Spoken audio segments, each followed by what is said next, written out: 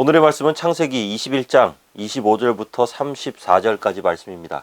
우리 한 절씩 교독하겠습니다. 아비멜렉의 종들이 아브라함의 우물을 빼앗은 일에 관하여 아브라함이 아비멜렉을 책망하매 아비멜렉이 이르되 누가 그리하였는지 내가 알지 못하노라. 너도 내게 알리지 아니하였고 나도 듣지 못하였더니 오늘에야 들었노라. 아브라함이 양과 소를 가져다가 아비멜렉에게 주고 두 사람이 서로 언약을 세우니라. 아브라함이 7 암양 새끼를 따로 놓으니 아비멜렉이 아브라함에게 이르되 이 7 암양 새끼를 따로 놓음은 어쩌미냐. 아브라함이 이르되 너는 내 손에서 이 암양 새끼 7을 받아 내가 이 우물 판 증거를 삼으라 하고 두 사람이 거기서 서로 맹세하였으므로 그곳을 브엘세바라 이름하였더라. 그들이 브엘세바에서 언약을 세우매 아비멜렉과 그 군대 장관 비골은 떠나 블레셋 사람의 땅으로 돌아갔고 아브라함은 브엘세바에 에셀나무를 심고 거기서 영원하신 여호와의 이름을 불렀으며 그가 블레셋 사람의 땅에서 여러 날을 지냈더라. 아멘. 네. 자, 오늘 본문 앞에 바로 22절 말씀을 보게 되면은 아비멜렉이 단순한 우호조약을 체결하기 위해서 왔다라기보다는 아브라함을 찾아오면서 이 군대 장관과 함께 옵니다. 군대 장관을 대동해서 오죠. 그것을 봤을 때 이것은 일반적인 우호조약이라기보다는 상호 불가침 조약일 가능성이 굉장히 높죠. 군대 장관과 함께 왔으니까. 아마도 아비멜렉은 두려웠을 겁니다. 아브라함이 두렵다기보단 아브라함과 함께하는 하나님이 두려웠던 거죠. 100세의 아들을 얻게 하는 하나님. 그 이방 땅에서 어떤 사업을, 어떤 비즈니스를 열어도 다 성공하도록 해주시는 하나님. 가정의 어려움과 분란 가운데서도 모든 상황들이 다 형통하도록 쭉 이렇게 이끌고 가시는 하나님. 무엇보다도 소돔과 고모라를 완전히 멸망시켜버린 그 무시무시한 신이 바로 아브라함의 하나님이란 것을 알고 아브라함은 두려움에 떨었던 것입니다. 그리고 아비멜렉은 그런 아브라함을 향한 무엇보다도 또 엄청난 축복에 하나님께서 내려주시는 축복의 물꼬를 본 것이죠. 그렇기 때문에 아들과 손자 때에 이르기까지 침범하지 말아달라라는 그런 불가침 조약을 아브라함과 맺도록 그렇게 한 것이죠. 하나님의 축복이 아브라함 때에서 끝나는 것이 아니라 그 후대까지 쭉 이어질 것에 관해서 이 아비멜렉이 알고 있었던 거예요. 하나님의 은혜를 세상 사람들이 잘 압니다. 생각보다도 하나님의 은혜에 관해서, 하나님의 능력에 관해서 세상 사람들은 굉장히 두려워하고 잘 알고 있어요. 예전에 제가 아는 선배님이 한 분 계신데 이분이 구의원에 출마를 한대요. 구의원에 출마를 하면서 저에게 전화를 했습니다. 전화를 하면서 하는 말이 자기를 위해서 기도를 해달라고. 교회 안 다니는 사람입니다. 교회 안 다니고 굉장히 세상적으로 멋진 사람이에요. 멋진 사람인데 자기를 위해서 기도해달래요. 지푸라기라도 잡고 싶은 심정이겠지만 이런 얘기를 하더라고요. 내가 기도하면은 하나님 앞에 체면이 안 서니까. 그러니까 목사인 네가 기도해 주면은 좀 더 낫지 않겠냐 하면서 막 그렇게. 사랑하는 성도 여러분, 이처럼 세상은요 우리의 축복을 기다립니다. 하나님과 그들 사이에 서서요. 그리고 기대합니다. 제가 어떻게 했을까요? 물론 기도해 줬죠. 아브라함은 어떻게 했을까요? 아비멜렉의 이 제안을 그대로 수용합니다. 이런 아브라함의 모습을 보면서 그 세상을 위해서 기도하는 그러한 모습 가운데서 우리가 한 가지 중요한 영적 메시지를 깨달게 되는데요. 이것은 뭐냐면 우리는 세상과 타협해서는 안 되지만 우리는 이 세상에서 도망쳐서도 안 된다는 거예요. 세상을 외면해서도 안 된다는 것입니다. 그리고 세상을 정죄해서도 안 됩니다. 왜냐하면 우리는 여전히 세상 속에 살아가면서 이 세상에서 관계를 맺고 있기 때문이죠. 일반적으로 세상을 살아가다 보면은 이 불신자들과 끊임없이 관계를 지속할 수밖에 없습니다. 예를 들어서 그렇습니다. 내가 만약에 중국어를 공부하기 위해서 학원을 등록하려고 그래요. 그러니까 마침 그 근처에 중국어 학원이 2군데가 있습니다. 한쪽은요 대한불교협회 전무님이 운영하는 그 학원이 한 군데가 있고, 만약에 또 한 군데는 교회 장로님이 운영하는 학원이에요. 한쪽은 불심이 가득하고요, 한쪽은 신앙심이 가득한 그런 학원입니다. 그러면은 어디에 등록해서 공부를 해야 될까요? 어디에 등록해서 공부를 해야 될까? 아주 간단합니다. 그것은 바로 실력 좋은 분 밑에 가서 배우면 돼요. 실력 좋은 분 밑에서.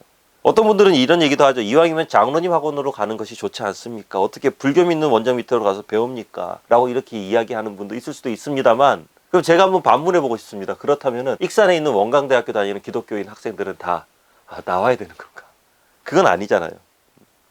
학교에 가면 불신자 친구들이 있죠. 그들을 다 멀리하고 배척할 수는 없는 거거든요. 직장에 가면 크리스천을 싫어하는 직장 동료나 상사들이 있습니다. 그들이 크리스천을 싫어하고 나를 싫어한다고 그래서 우리가 그들과 함께해서 눈을 기고 째려보면서 싸운다면 하나님께서 과연 기뻐하실까?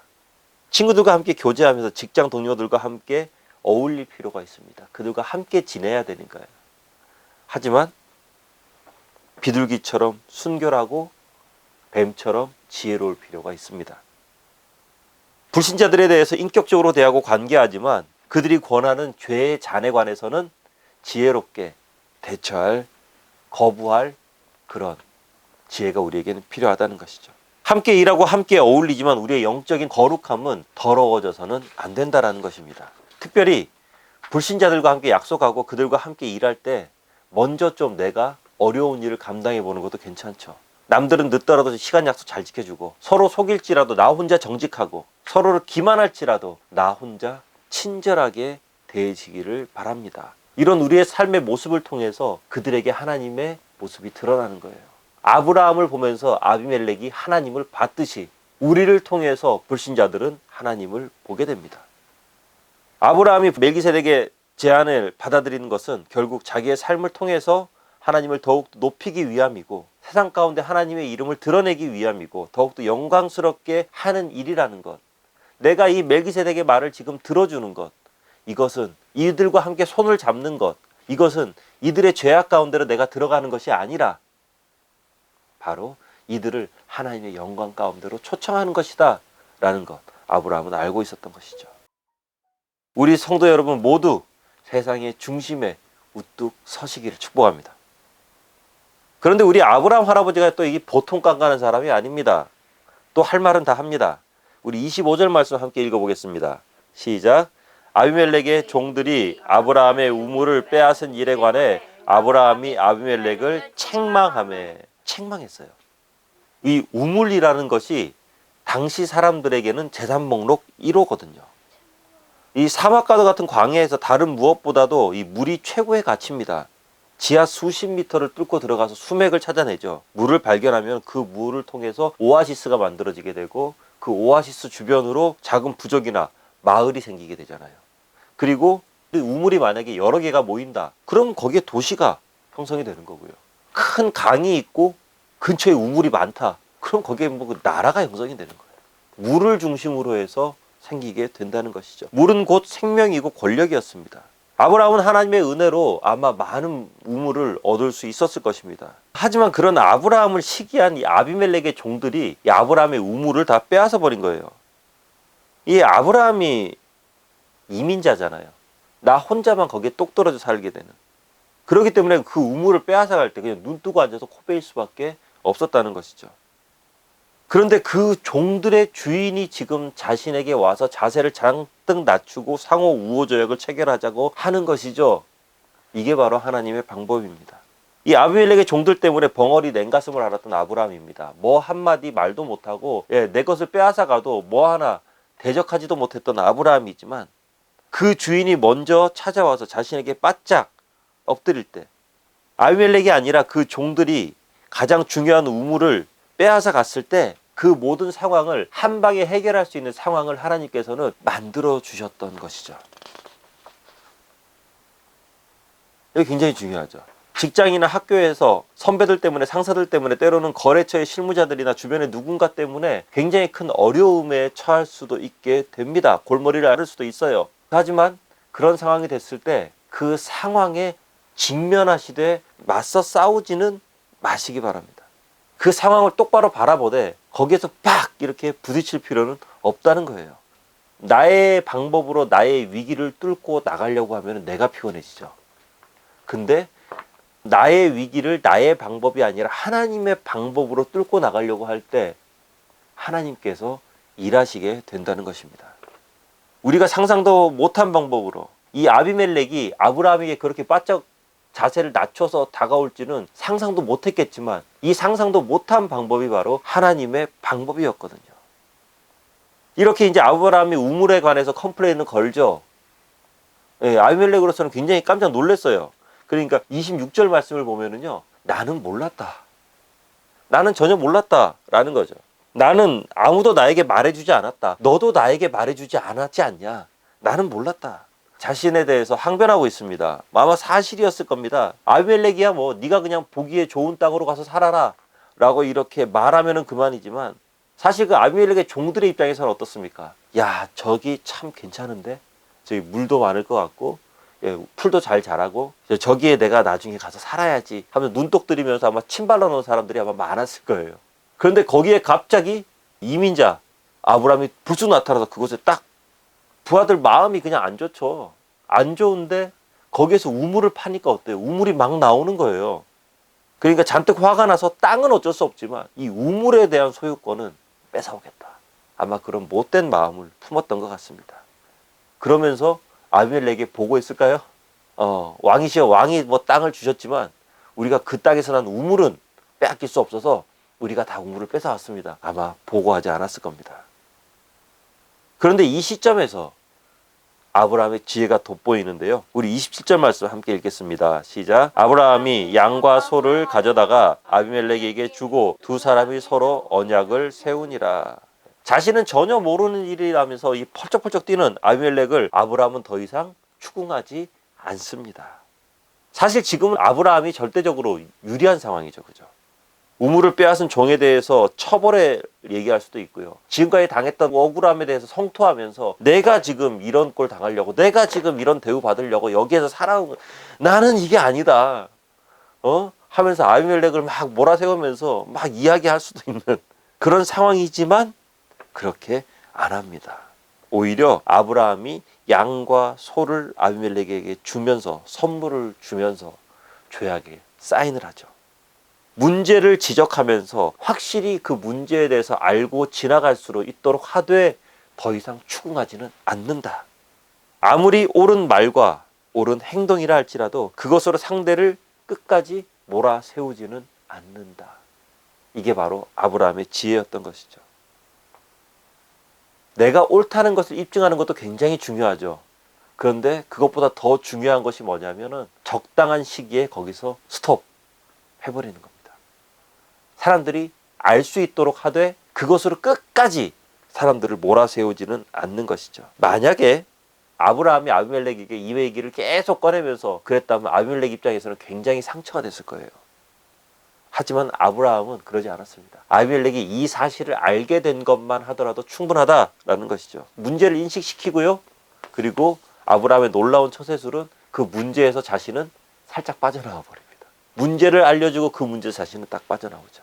아마도 제 생각에 성으로 돌아가면 아비멜렉 아마 부하들 싹 모았을 거예요. 야, 집합. 예, 우물 빼앗은 부하들 아마 아비멜렉에게 엄청난 곤욕을 치렀을 것입니다. 이것은 아브라함이 해결할 문제가 아니라 아비멜렉이 해결할 문제죠. 그렇기 때문에 아브라함은 살짝 빠집니다. 그렇게 한 후에 선물을 잔뜩 안겨주죠. 이것도 정말 기가 막힌 아브라함의 한 수죠. 왜냐하면 우호조약을 맺자고 찾아온 쪽이 아비멜렉이고 우물을 빼앗아 간 쪽도 아비멜렉이면 신뢰를 범한 쪽도 아비멜렉인데 어떻게 보면 피해자인 아브라함이 먼저 아비멜렉에게 선물을 전해준다. 저는 이게 바로 하나님의 방법인 것 같습니다. 이게 바로 하나님의 방법인 것 같습니다. 피해 입은 사람이 합당한 보상을 받는다. 이거는 세상의 방법이죠. 그죠? 물론 그렇게 하는 것이 나쁘거나 비성경적이다. 크리스천들은 그렇게 살아가면 안 된다. 아닙니다. 그거는. 예. 아닙니다. 그런데 받을 건 받아야죠. 하지만 중요한 것은 피해자가 오히려 선을 베풀게 되면은 그 자리 가운데서 하나님의 영광이 드러난다. 이게 중요한 거죠. 작은 것을 우리가 주게 되면서 우리는 큰 것을 얻게 됩니다. 바로 하나님의 영광을 얻게 되는 것이죠. 어떤 관계든지 간에 그 관계가 형성되기 위해서는 그 관계의 연결고리를 더욱더 튼튼하게 해주는 먹이가 필요해요. 그리고 그 먹이는요, 연결고리의 튼튼한 먹이는 주로 이 희생이라는 먹이를 먹고 삽니다. 희생. 부모 자녀 간에 그리고 가족 간에 이 튼튼한 연결고리는 서로를 향한 희생으로 인해서 생겨지게 되는 것이죠. 나타나게 되는 거예요. 서로를 향해서 희생하고 헌신하지 않는다. 그럼 그 관계는 그렇게 오래 가지 않습니다. 그렇기 때문에 어떻게 보면 하나님의 사람들이 손익분기점 딱딱 따져가면서 정확하게 자신의 것만을 챙길 때는 그 자리에서 하나님의 모습은 드러나지 않습니다. 그냥 아이 저 사람들 똑똑하네. 아이고 뭐 그냥 교인들 그냥 똑똑하네. 똑부러지네. 일 잘하네. 그 정도에서 끝나는 거죠. 그런데 만약에 하나님의 사람들이 손해를 보기 시작한다면 아마 그 자리 가운데서 하나님의 이름이 드러나게 되는 것이죠. 아, 크리스천들은 다르다. 역시 교회 다니는 사람들은 다르다. 우리의 삶 가운데는 언제나 이 갈등의 가능성이 존재합니다. 이 갈등이라는 것이 풀어지기 위해서는 가장 좋은 갈등 해소의 방법은 바로 희생이거든요. 희생에서는 평화를 불러내는 그런 능력이 있어요. 쉽게 설명해서 내가 그러면 이 희생을 언제 해야 되느냐? 맨날 희생하면요 호구됩니다. 그거는 지혜롭지 못한 거예요. 희생도 타이밍이 중요합니다. 이 희생을 언제 하는 것이 좋으냐? 바로 내 일도 아니고 네 일도 아닌 분명히 누군가는 해야 되는 일인데 책임 소재가 불명확한 것들, 애매한 상황, 그런 상황이 바로 우리가 희생해야 될 상황인 것 같아요. 뭐 예를 들자면 이런 거죠.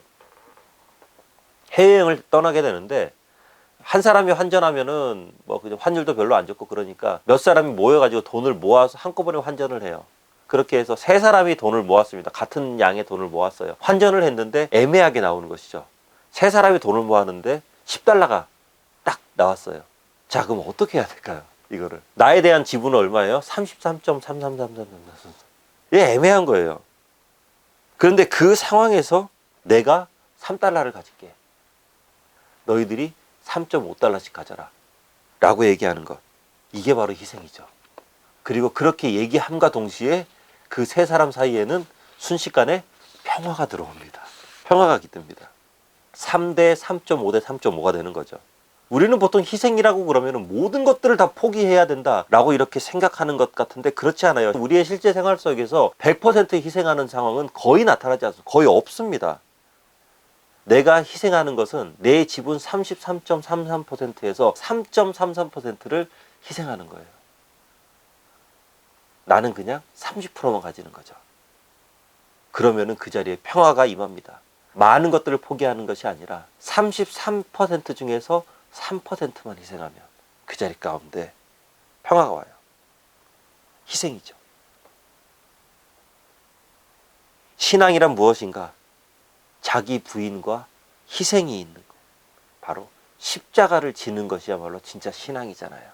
누가복음 9장 23절 말씀 우리 함께 봅니다. 시작. 또 무리에게 이르시되 아무든지 나를 따라오려거든 자기를 부인하고 날마다 제 십자가를 지고 나를 따를 것이니라. 아멘.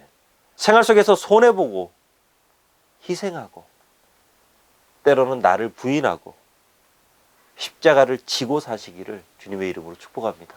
그렇게 했을 때 진짜 평화가 오게 되는 거예요.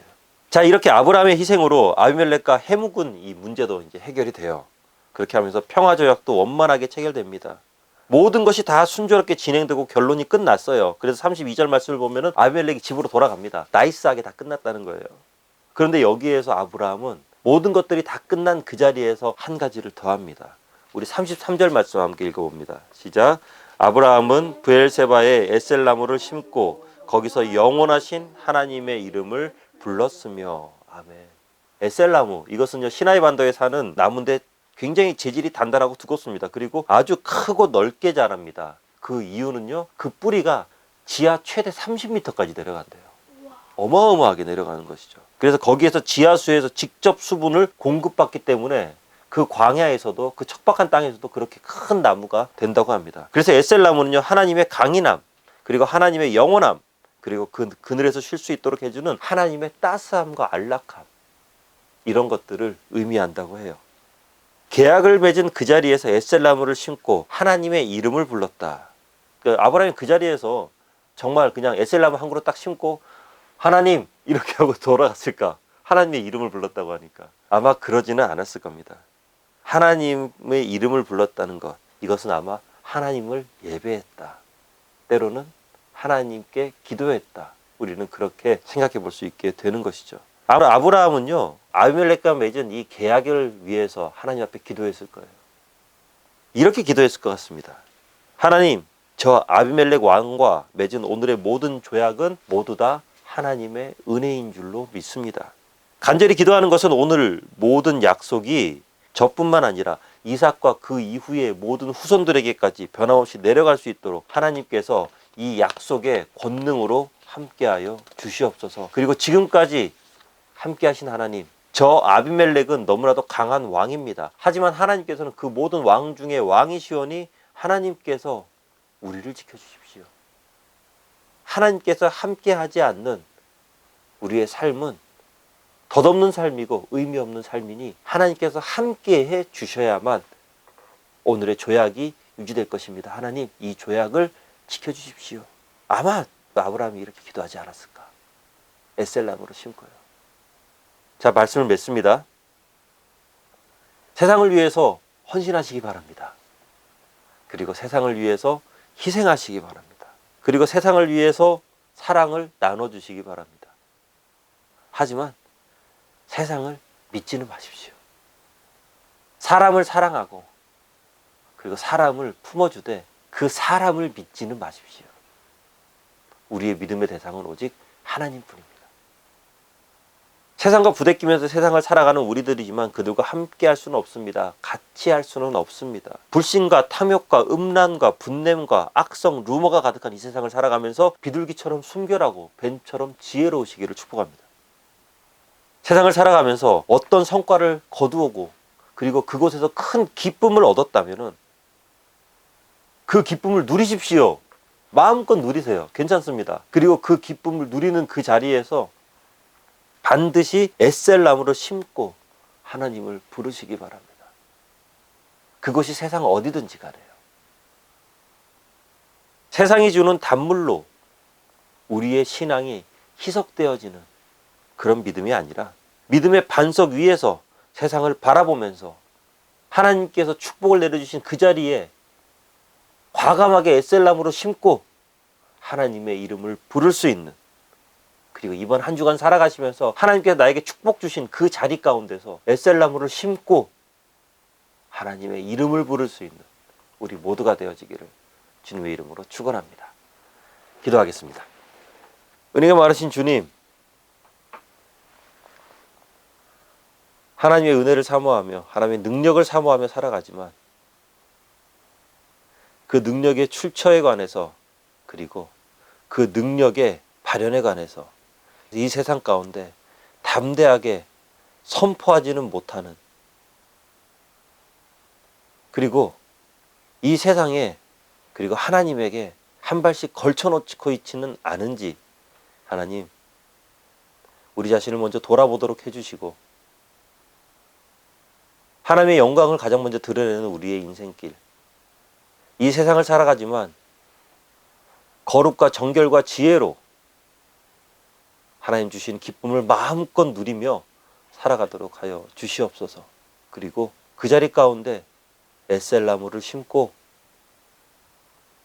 하나님의 이름을 부를 수 있는 우리 모두가 되도록 하여 주시옵소서.